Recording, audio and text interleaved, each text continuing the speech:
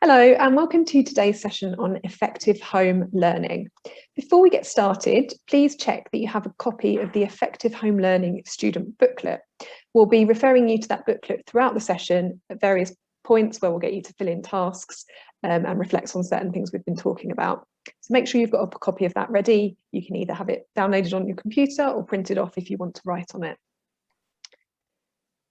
So before we go through the session overview, one thing I'd like to say is that although this is an effective home learning session, and you may think, oh, that's not relevant anymore, I'm back working every day at school or college, a lot of what we're going to talk about today is going to be relevant when you move into sixth form and you have to do more independent study and manage your time more.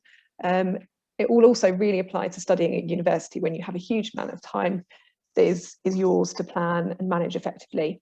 So bear that in mind as we go through the session. This is not just applicable to working at home in lockdown. It will be really useful for the way you work in the future. So what we're going to cover, we're going to look at what are some of the main issues with working and learning from home. Then we're going to think about how can you manage your time more effectively when you're working and learning from home. We're going to move on then to think about how can you improve your concentration and how can you avoid procrastinating when you're working and learning at home.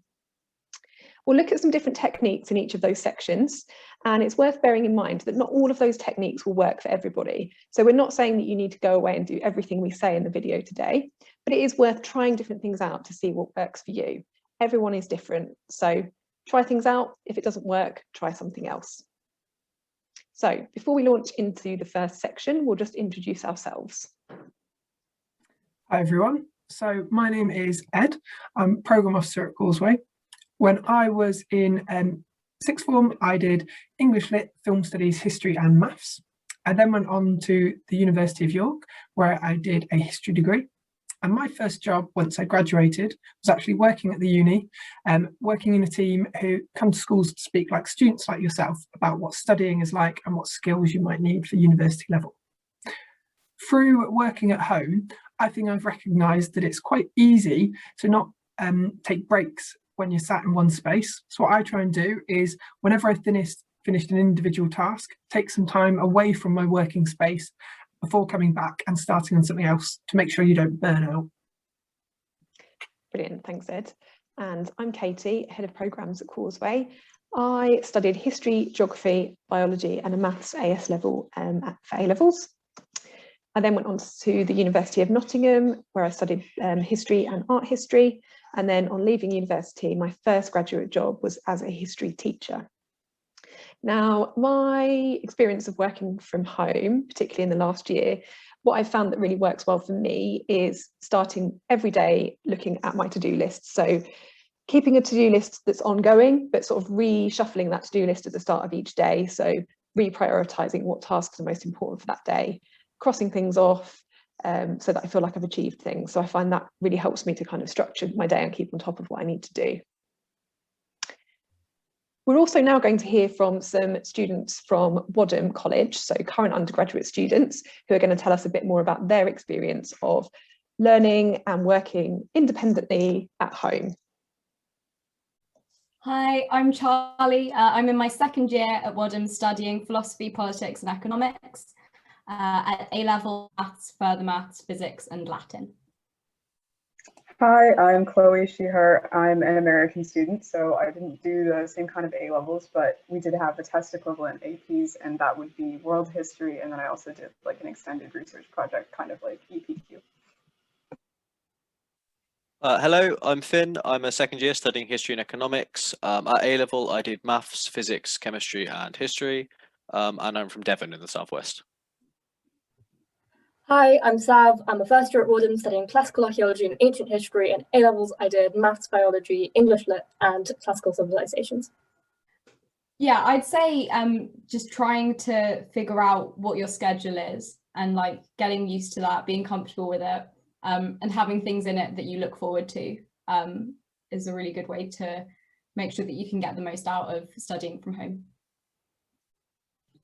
I think like work-life separation is one of those things that's just really important in a lot of ways, both in terms of like space and time.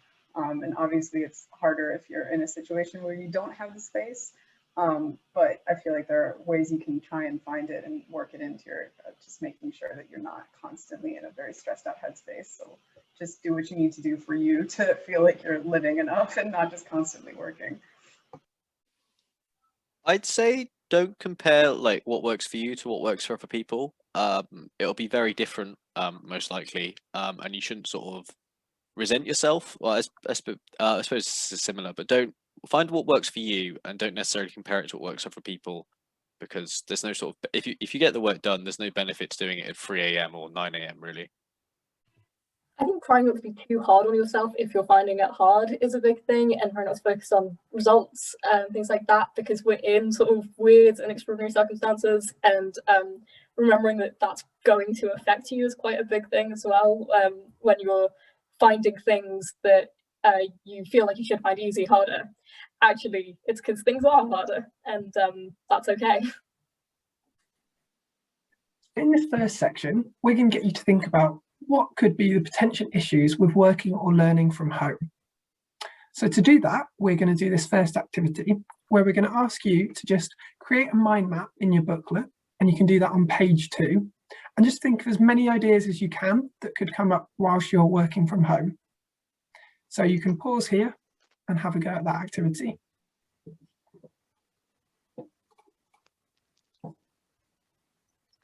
So welcome back.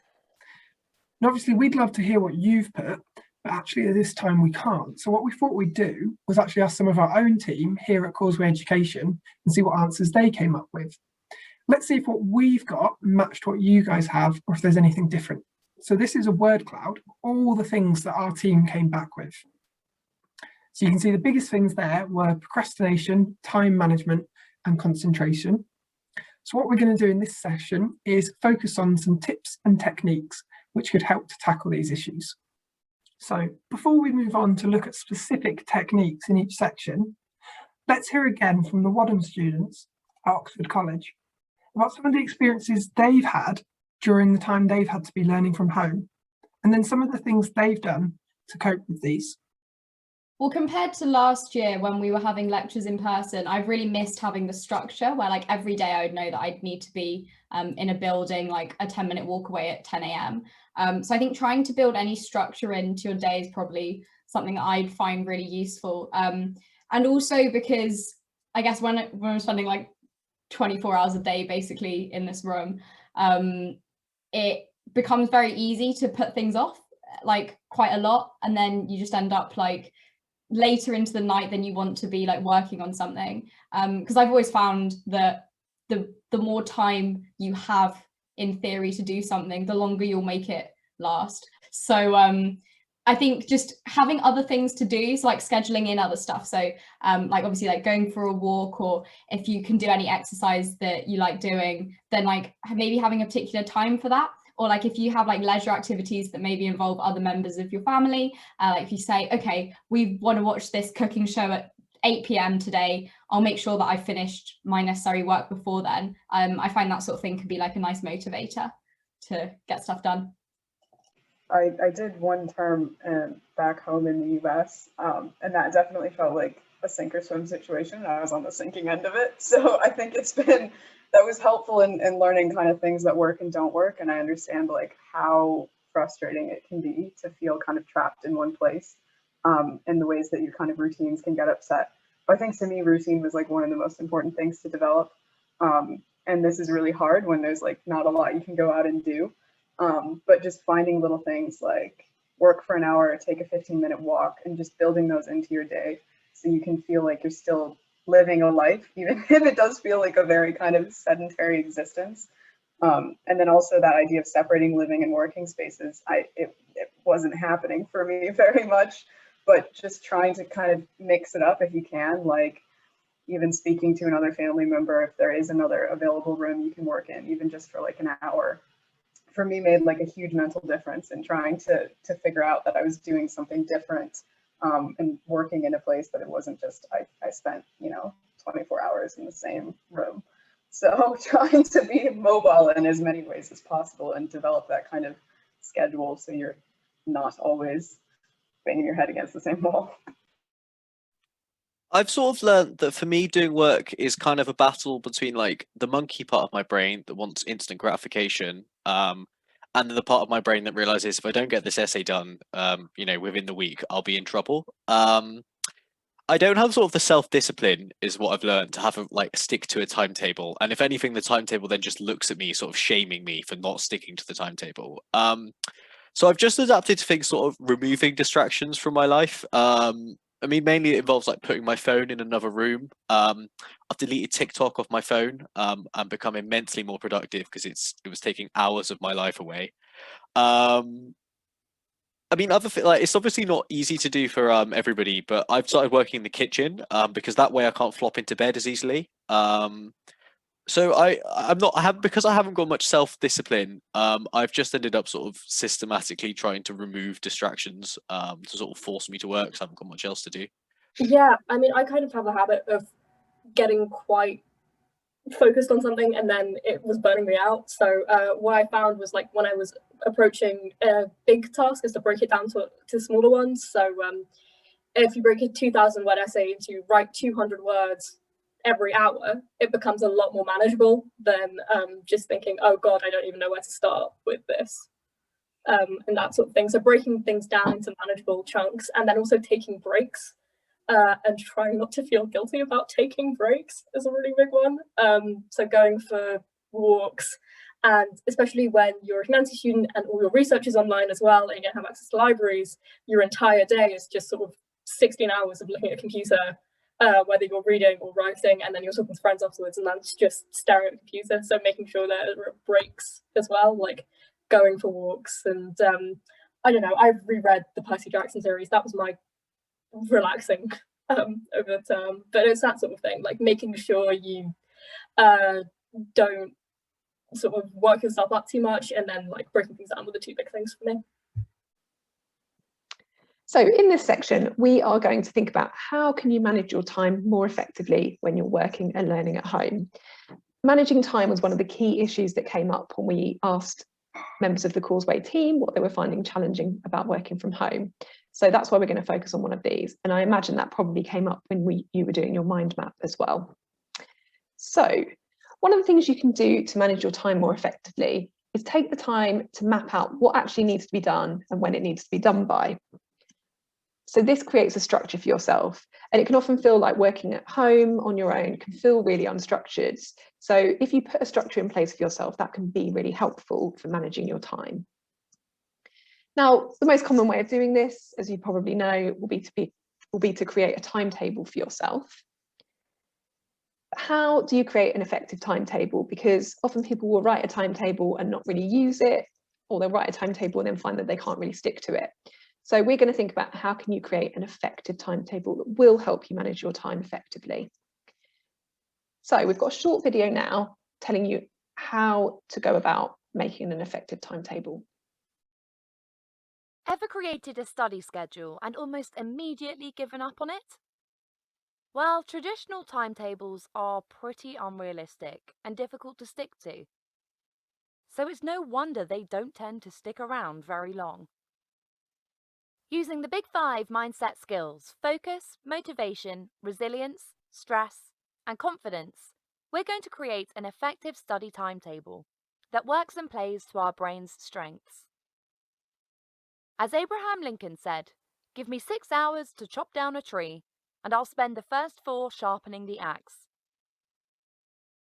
Trees aside, what he means is that spending time creating an effective plan allows for greater success in the process and outcome of a task. So here's my top 5 tips for creating an effective study timetable that you'll stick to, and the science behind why this works. So you've got a blank week in front of you. First of all, add in the stuff you enjoy. No, really. If you've got a favourite TV show you have to watch every Thursday, or football practice, then the first thing to do is plan this time in. Why do this first? Well, because if we're happy, we're motivated and have things to look forward to. So don't give up everything you enjoy when it comes to exam season. Doing things we enjoy is a really great way of controlling our stress. This also includes the time you'll be at school or work. We're now left with the available revision and work time. Number 2, focus on tasks, not time. In traditional timetables, we only block out time slots for a subject. So we'll say 10 to 11 we'll revise maths. At the end of that hour, we stop, no matter where we are, whether we've completed a task or not. Focusing on tasks rather than time allows us to be more in control of what specifically we are learning. After all, an exam tests what you know, not how long you spent learning. Following on from this, number 3 is specific. Make specific goals for each study task. For example, complete question number 1 from practice paper 5 for maths. Study goals boost our confidence in our ability as we can clearly see our progress and achievement. When you've got your specific study task, estimate how long roughly this will take you to do. Then block the tasks into the schedule in short, sharp sessions. Long study sessions don't work. Use the Pomodoro technique of 25 minutes with 5-minute breaks in between. And use these breaks to stretch your legs, play with the dog. It doesn't matter if a task will take you 2 Pomodoro sessions, because working in this way optimizes our focus and concentration and will improve our memory of new information. And last of all is review. The reason most timetables don't stick around for very long is because the second they don't work, we give up on them completely. Be flexible. At the end of the day, take a minute to reflect on what worked well and what didn't. Move things around. Work out your optimum time of day to be studying. What gets measured gets improved. And being flexible allows us to continually progress and personalize our study routine to fit us.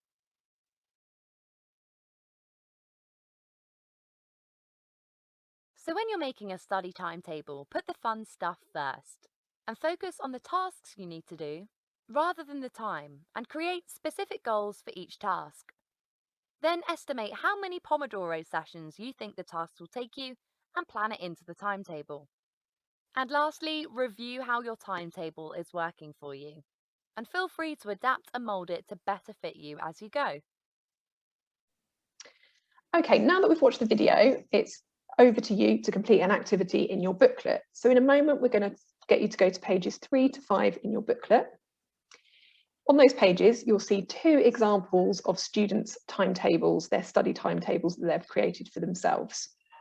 What we'd like you to do is have a look at each of them and think about how could each student change or improve their timetable.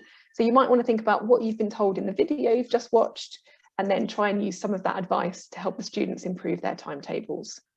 And then there is a space on page 5 for you to rewrite the timetable for one of those students. So you can see if you can recreate a better version, a more effective version of the timetable for one of those students. So pause here to do that now. Okay, welcome back. I hope you found that timetabling activity useful. Now, although we can't get feedback from you, we will just run through some of the main things we observed about those 2 student timetables. So with student A, we noticed one of the things they've done really well is that they have blocked out time for things like football and for other commitments. And that's really a really good tip, because you can't fill your entire day and your entire week just with work. It's useful to block out things that you might find fun, that you'll look forward to, things that are relaxing, and things that are commitments that you need to set the time aside for. So that might be a part-time job, for example. What student A hasn't done, although they've put in some time for work, like their English revision and their art and design project, they haven't said when in the day they're going to do that.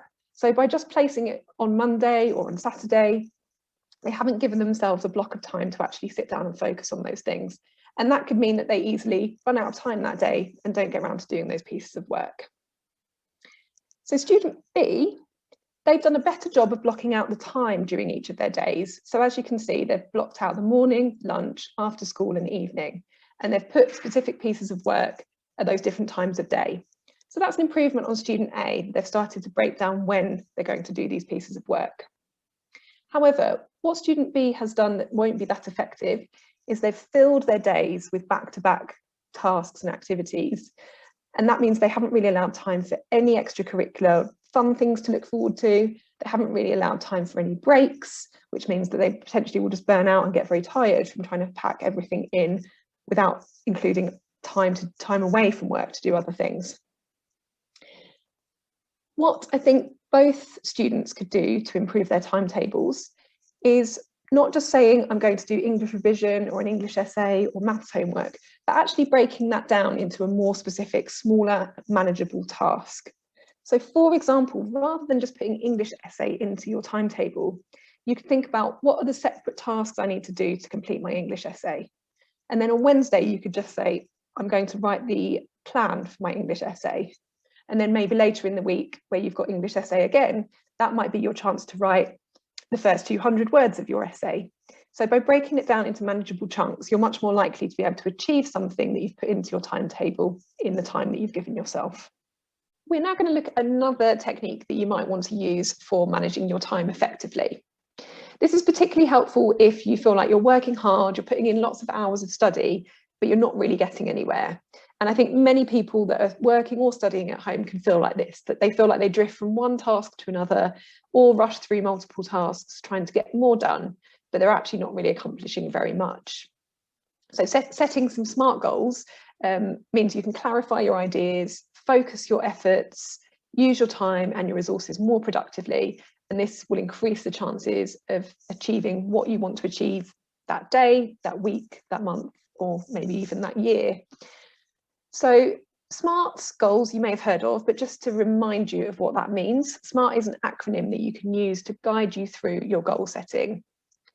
So to make sure your goals are clear and reachable, each one should be specific, measurable, achievable, relevant, and time-bound. But let's have a look at an example now to see what that looks like if you're setting yourself a SMART goal. So here is an example of somebody who's set themselves a SMART goal for their studying time. So they've said, I will complete all of my homework and coursework assignments this year, at least one day before they're due, to avoid rushing through any work. To do this, I will list all of my homework assignments in order of their due date and work through them accordingly. I will spend 30 minutes every Sunday night determining which projects need attention during the week ahead. So let's see how that is a SMART goal. So let's look at S, the specific part of the goal. So the goal is specific because they've set it to complete all assignments one day before they're due. It's measurable because the goal setter will know his progress with the passing of each deadline, so they can tick off each deadline as it goes by. It's achievable by being organised with a list of assignments and a schedule for completing them. They've made the goal achievable, so they've set themselves up to make sure it's something they can actually achieve. It's relevant, so finishing projects before they're due is an appropriate way to avoid handing in work that has been hurried. And it's time bound, so there are actually three parts to the deadline. One part is that they've said one day prior to each assignment's due date, they'll have the work ready. They've said every Sunday night that they'll look at which projects need attention during the week ahead. And ultimately, they want all of those homework and coursework assignments handed in one day in advance for the rest of that school year. So we've got three different types of timing included in that SMART goal. So your task now is to have a go at setting yourself a SMART goal in the booklet. So you can go to page 6 and you can have a go at setting yourself a SMART goal linked to maybe the remaining time you have left in year 11. And it might be about how you prepare for your exams or whatever assessments you might have.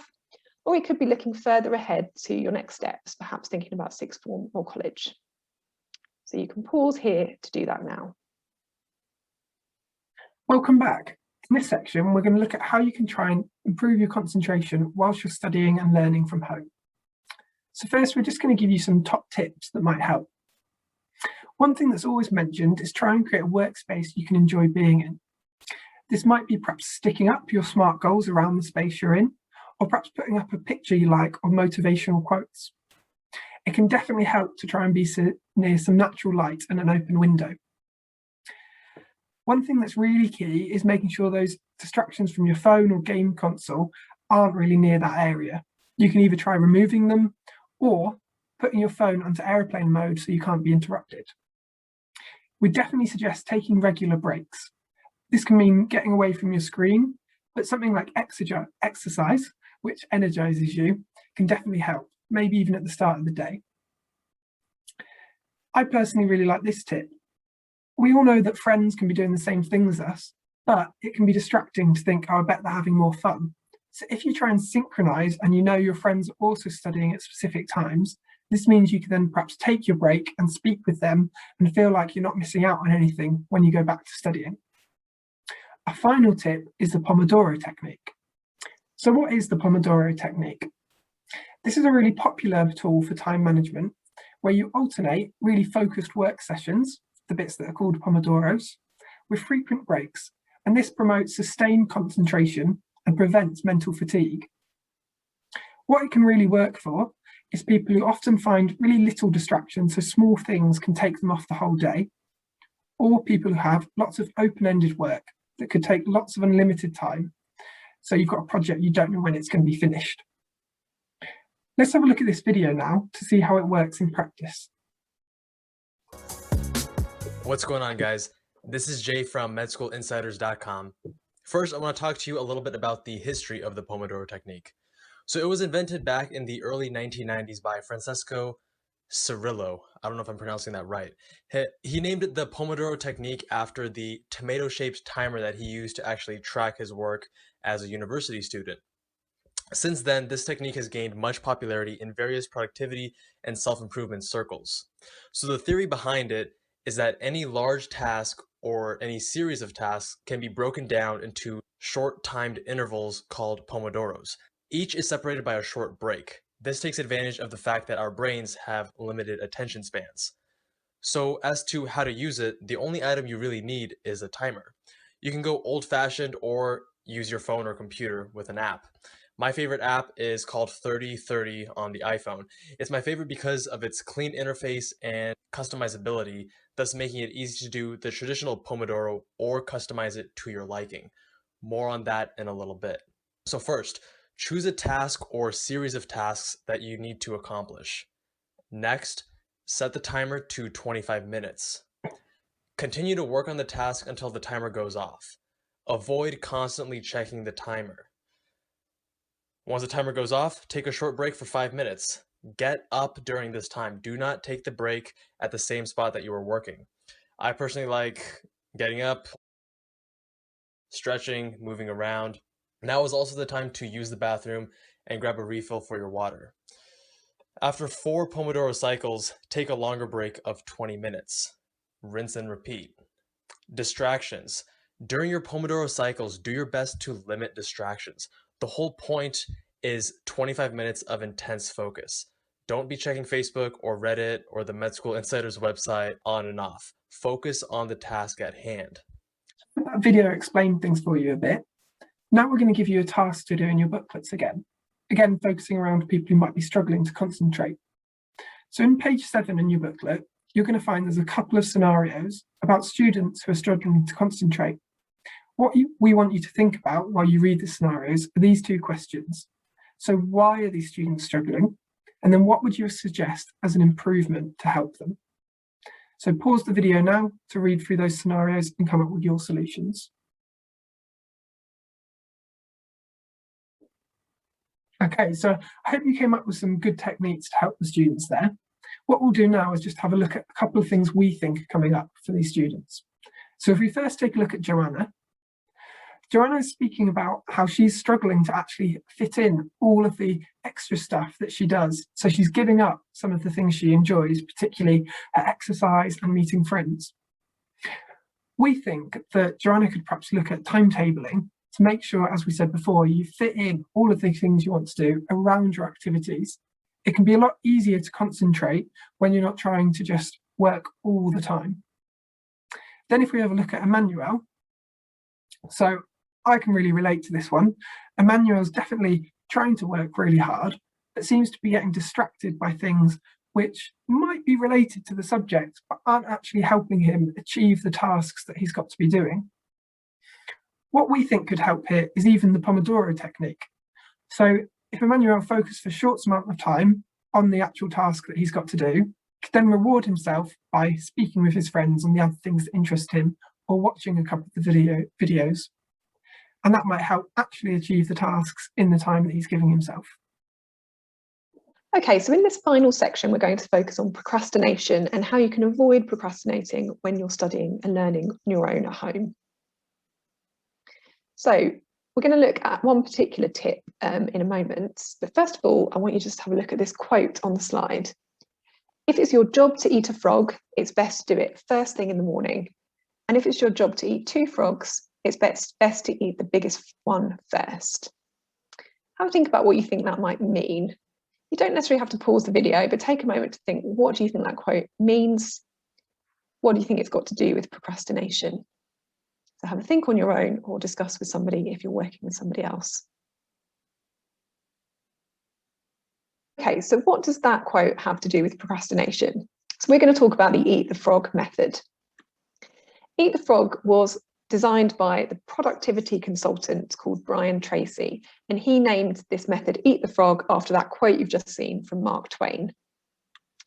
The idea of Eat the Frog is you identify one important task for the day and you do that first. So that's the frog. The frog that you might eat at the start of the day is your most important task. The idea isn't that once you've completed that one task or eaten that one frog, that you put your feet up for the day and say that you've achieved something. You'll still work on other things once you've eaten your frog or achieved that one task, but your most important and often your most difficult task that requires the most energy and focus will be prioritised first before all those less important but more urgent things get in the way. Another thing that's important to think about the Eat the Frog method is that it's our human nature. I know that it's certainly human nature of the people I work with, and it's probably human nature of students who are studying, to overestimate what we can get done in a day. And that often ends up making us feel like we're constantly falling behind and failing to keep up with our own expectations of what we can get done. And when we feel bad, we're more likely to avoid what's making us feel bad in favour of things that boost our mood in the moment. And procrastination, so putting things off, makes us feel better if we don't really want to tackle something that's difficult. Now, Eat the Frog forces you to focus on less things, even when you know you can do more. So following the method means you'll be making progress on something meaningful on a daily basis. So that's a bit of background to Eat the Frog, but how does this look for you kind of on a day-to-day basis? So in a moment, we're going to get you to plan your own frog task for tomorrow. And the way you can do this is decide on your frog. So this is also known as your most important task. Think about what is your most important task to get done tomorrow. It might not be the most urgent, but it's the most important thing that you need to focus some time on. Pick something that you'll be able to complete in 1 to 4 hours. So it needs to be clearly defined, it needs to be realistic, because that will make it easier to get started and not procrastinate on it. So if something is a huge essay or a huge assignment that's going to take you more than 4 hours, then you need to go back to that idea of breaking something down into chunks, and your most important task or your frog tomorrow might be just one chunk of an essay or one chunk of a piece of coursework that you focus on in that 1 to 4 hour window in the morning. And yeah, you can break it down into smaller steps if needed. So in order to complete a big task like write essay, your frog for today or tomorrow might be simply to complete the essay plan. So go to page 8 in your booklet now and have a think about what could your frog for tomorrow be. So what could your most important task that you want to focus on and prioritise first thing tomorrow, what could that be? You can pause here to have a go at that now. So as we've reached the end of the session, the last thing we've got is just some useful links, which might help you look at some of the techniques. And if there's one you've particularly liked, you can take a look at it in more detail. So you'll find these links in your booklet. There's one for the Pomodoro technique, there's one for Eat the Frog, and then there's some information about effective timetables on YouTube. Before we finish, we've just got some final thoughts and top tips from the students at the University of Oxford at Wadham College. So we'll hear from them now. I mean, it sounds maybe a little bit like tragic in some ways, but sometimes, because at the minute I'm living with other people in my flat here in our accommodation, so sometimes we'll just all sit and do work at the same time together. So then at least, you know, those other people are also not doing anything fun, and they're also just sitting on their laptops reading something. As horrific as it sounds, I have found like sort of getting up early in the morning and going for a run is sort of a good way to start, because what I really struggle with is actually getting out of bed. So sort of having the like energy, having sort of not the energy, but like something that forced me to get out of bed, get the run, and then I'm immediately woken up and feel like I can actually get stuff done has been sort of useful. And also I just find it sort of easier to work early in the day, because then you don't have it sort of hanging over your head for most of the day that, oh, I need to get this done in the evening or whatever. I think that's just sort of makes life easier for you and me. I'm kind of the opposite of Finn. I mean, I have problems getting up in the morning, but I am definitely like more of a nocturnal person, and I think it's kind of a personal thing. Like one of the things about university is everyone always tells you like, oh, it'll screw up your sleep. But honestly, I've found that it's the same as it was when I was in high school. I just am the kind of person that like works a lot better at night, and I'm okay with that. And so just being okay with whatever your schedule is and not beating yourself up about it. If it seems like you're working at times that other people aren't working, that's not necessarily a bad thing. But that also, if you are in kind of a more social living situation, building in time for friends can also kind of help to shape a schedule that's not just sitting in your room all the time. And so you can kind of work out when you're going to actually do your work that day. Well, I mean, I'm doing it from home, so I've got like this space that I work in, and then aside from that, it's basically nothing. So I think it's working for, so setting myself goals that I know are achievable within an hour kind of makes me feel better about myself.